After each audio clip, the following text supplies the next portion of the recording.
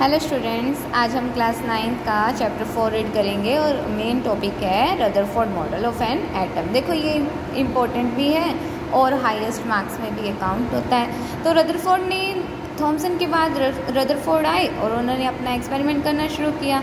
उन्होंने क्या किया, एक गोल्ड फॉइल ली और गोल्ड फॉइल में एटम्स न्यूक्लियस के अकॉर्डिंग बताया कि कैसे रेज आगे की ओर मुड़ती हैं, आगे की ओर पास होती हैं। देखो यहाँ से हम रीड करेंगे।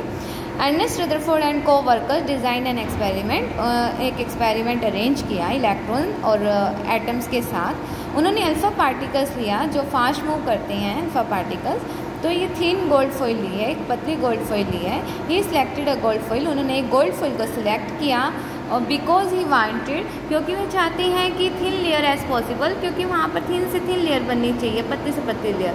तो उन्होंने गोल्ड फॉइल का यूज़ किया और गोल्ड फॉइल में से जैसे ही उसको पास किया गया लाइट को, तो वहाँ 1000 एटम्स थी उस फॉइल में से पास। कितने 1000 एटम्स उसमें कैसे थे, ठीक थे। Alpha particles are doubly charged, alpha particles में क्या था, डबली चार्ज था, यानी डबल चार्ज था। और डबल चार्ज होने के वजह से since they have mass of the हीलियमनेस, यहाँ पर अल्फा पार्टिकल्स क्या कर रहे थे, मूव कर रहे थे, फास्ट मूव कर रहे थे। क्यों? क्योंकि वहाँ पर अमाउंट ऑफ एनर्जी क्या थी, हैवी थी, ज़्यादा थी।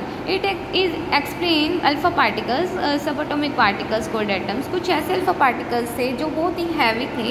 हैवी होने के कारण किसके कंपैरिजन में हैवी, प्रोटॉन से हैवी थे, जो लार्ज डिफ्लेक्शन को शो करते हैं। अब देखो मैं इसे स्ट्रक्चर से आपको बताते हैं। जो अल्फ़ा पार्टिकल्स लाइट थे वो बिल्कुल स्ट्रेट निकल गए और 180 डिग्री एंगल शो कर रहे हैं, लेकिन कुछ ऐसे पार्टिकल्स थे जो कुछ दूरी पर गए, न्यूक्लियस से टकराए और डिफ्लेक्ट हो गए, और क्या होता है वहाँ, स्मॉल एंगल शो किया। ओके, कुछ ऐसे थे जो थोड़ी सी डिस्टेंस, यानी थोड़ी सी दूरी तय की, थोड़ी सी डिस्टेंस कवर की उन्होंने, और फिर अपने रास्ते को मोड़ लिया, यानी कि वापस आ गए।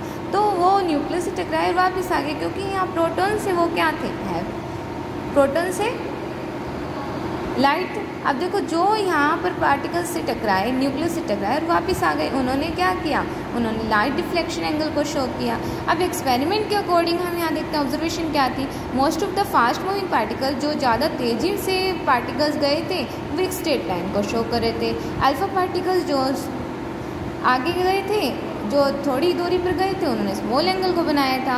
सरप्राइजिंगली देखो जो 12,000 के करीब पार्टिकल्स थे वो रीबाउंड हो चुके थे, उन्होंने एक्सपेरिमेंट में ये बताया। ठीक है, अब यहाँ पर रदरफोर्ड के अकॉर्डिंग इनका रिजल्ट क्या था। देखो रिजल्ट के अकॉर्डिंग क्या आता है, most of the space inside the atom is empty, जहाँ पर पार्टिकल्स को खाली स्पेस मिला। रिजल्ट क्या था, जहाँ खाली स्पेस मिला तो वो आगे की ओर चले गए, क्योंकि वहाँ अल्फा पार्टिकल्स गोल्ड फॉइल में से बिना डिफ्लेक्शन के आगे की ओर मूव कर रहे हैं। वेरी फ्यू पार्टिकल्स वर डिफ्लेक्टेड, कुछ ऐसे पार्टिकल डिफ्लेक्ट हो गए फ्रॉम द पाथ, उस पाथ से जहाँ पॉजिटिव चार्ज है, वेरी लिटिल स्पेस है, और कुछ ऐसे अल्फा पार्टिकल्स थे जो डिफ्लेक्ट हो गए, 180 डिग्री एंगल को शो कर रहे हैं, स्ट्रेट लाइन को बता रहे हैं। ठीक है, तो यहाँ पर जो गोल्ड एटम्स है वो कंसंट्रेटेड होगा और स्मॉल वॉल्यूम एटम्स के साथ स्मॉल वॉल्यूम को भी कंसंट्रेट करता है। अब यहाँ पर हम बात कर रहे हैं फीचर्स की। फीचर्स में क्या कहते हैं कि जो पॉजिटिवली चार्ज हैं एटम्स के अंदर, जो एटम है, एटम्स के अंदर न्यूक्लियस होता है, न्यूक्लियस में प्रोटॉन और न्यूट्रॉन होते हैं। अब प्रोटॉन पर कौन सा चार्ज होता है, पॉजिटिव चार्ज होता है, तो वहाँ मास ऑफ एटम रेजिड्यू बनाएंगे न्यूक्लियस के साथ।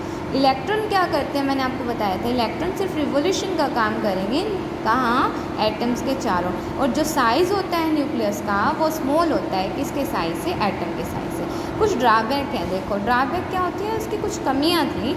अकॉर्डिंग टू रदरफोर्ड मॉडल के अकॉर्डिंग इलेक्ट्रॉन रिवॉल्व तो कर रहे हैं, लेकिन उन्होंने ऑर्बिट को कुछ डिफाइन नहीं कर पाए।